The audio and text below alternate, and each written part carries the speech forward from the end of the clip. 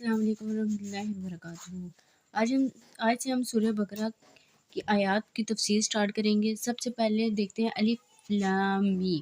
अलिफ लाम मीम, अलिफ लाम और मीम ये हरूफ मुक़त्तात होते हैं और इनकी तादाद 29 है और ये 14 सूरतों के आगाज़ में आए हैं।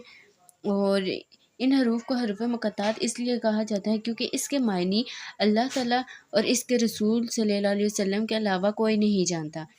और ये अरबिक के 3 लेटर्स हैं हमारी।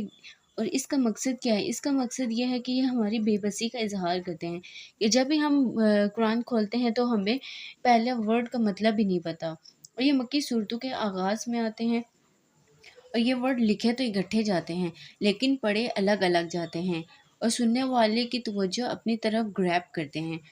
और यह हरूफ मशरकीन को आजिज़ करने और लाजवाब करने के लिए थे कि तुम ऐसा कोई कलाम नहीं ला सकते। और इन हरूफ को शुरू में लाने का मकसद ये हरूफ कुरान के मिरेकल होने की दलील है कि ये मिरेकल हैं कि स्टार्टिंग में ही ऐसे वर्ड्स हैं कि इनका मतलब कोई जानता ही नहीं है। नेक्स्ट सूरत है आयत नंबर 2। ज़ालिकल किताबु ला रैबा। ज़ालिका ये अल किताबु किताब है, ला नहीं रैबा शक।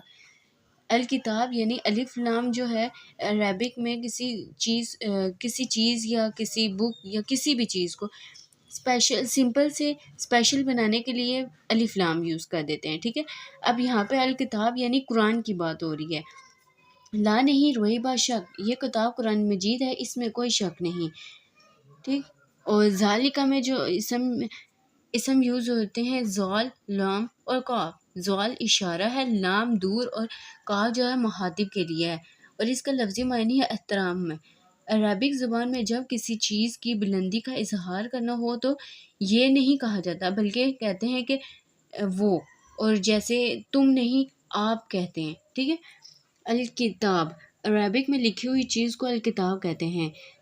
अभी मैंने आपको बताया कि अलिफ लाम अरबिक में ख़ास करने के लिए इस्तेमाल होता है, वो किताब जिसमें कोई शक नहीं, क्योंकि कुरान मजीद एक स्पेशल बुक है और ये अल्लाह ताला की तरफ से नाजिल की गई है और इसमें कोई शक नहीं है कि और ये किताब आपकी फ़ितरत को उजागर करती है। इस किताब की असल लौह महफूज में है। इसकी 3 कॉपीज़ हैं जो कि एक लौह महफूज में है, दूसरी फरिश्तों के पास है जिसका ज़िक्र सूरत अब्बास आयत नंबर 13 से 16 में भी हुआ है। और सेकंड ये है कि सेकंड कॉपी इसकी हमारे पास है। रेबा शक यानी रेब और शक में फ़र्क क्या है?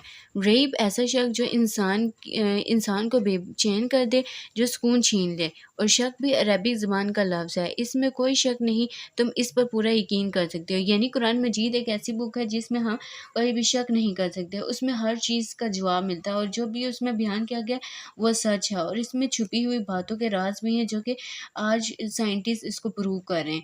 इस किताब की किसी बात पर शक नहीं करेंगे और अगर करेंगे तो ये कुफर होगा।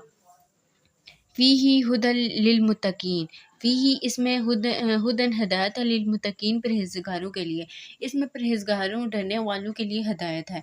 हिदायत में 3 वर्ड यूज़ हुए हैं, हा, दाल और या। ठीक है, इसके ये रूट वर्ड्स हैं।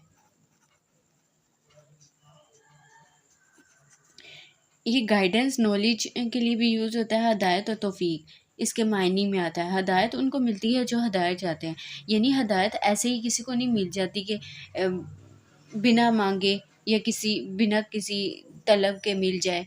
हदायत उन्हीं को दी जाती है जिनके दिल में थोड़ी सी भी हदायत की तलब होती है। हदायत अल्लाह की तौफीक से मिलती है और 2 तरह की हदायत होती है, एक इल्मी हदायत और एक अमली हदायत। इल्मी हदायत वो होती है जो हमें इल्म के थ्रू दी जाती है, जो भी दीनी हो, दुनियावी इल्म हो, वो इल्म जो हमें दुनिया और आखिरत दोनों में नफ़ा पहुँचाएगा। और अमली हदायत वो हदायत होती है जो हम अपने अमल से भी उस चीज़ का जो हमारे पास इल्म होता है हम उस चीज़ का प्रैक्टिकल करते हैं, तो वो कौन सी हमारी हदायत बन जाती है? वो अमली हदायत बन जाती है। लिलमुत्तकीन परहेज़गारों के लिए, यानी मुत्तकीन कौन होते हैं? जो भलाई पर अमल करने वाले होते हैं, बुराई और भलाई की तमीज़ होती है जिनमें। اللہ کا خوف رکھنے والے ہوتے ہیں اور برائی سے بچنے والے ہوتے ہیں اور اللہ کی سچی محبت طلب کرنے والے ہوتے ہیں۔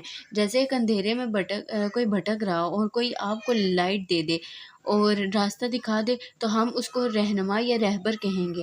یہ کتاب بھی ہمارے لیے رہنمائی ہے۔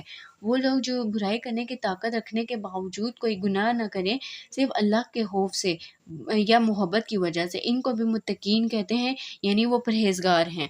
اور آج کے لیے اتنی آیات کافی ہیں۔ انشاءاللہ ہم نیکسٹ ویڈیو میں ملیں گے، تب تک کے لیے السلام علیکم ورحمۃ اللہ وبرکاتہ۔ اور امید کرتی ہوں کہ یہ آپ کو لیکچر سمجھ آ گیا ہوگا آج کا۔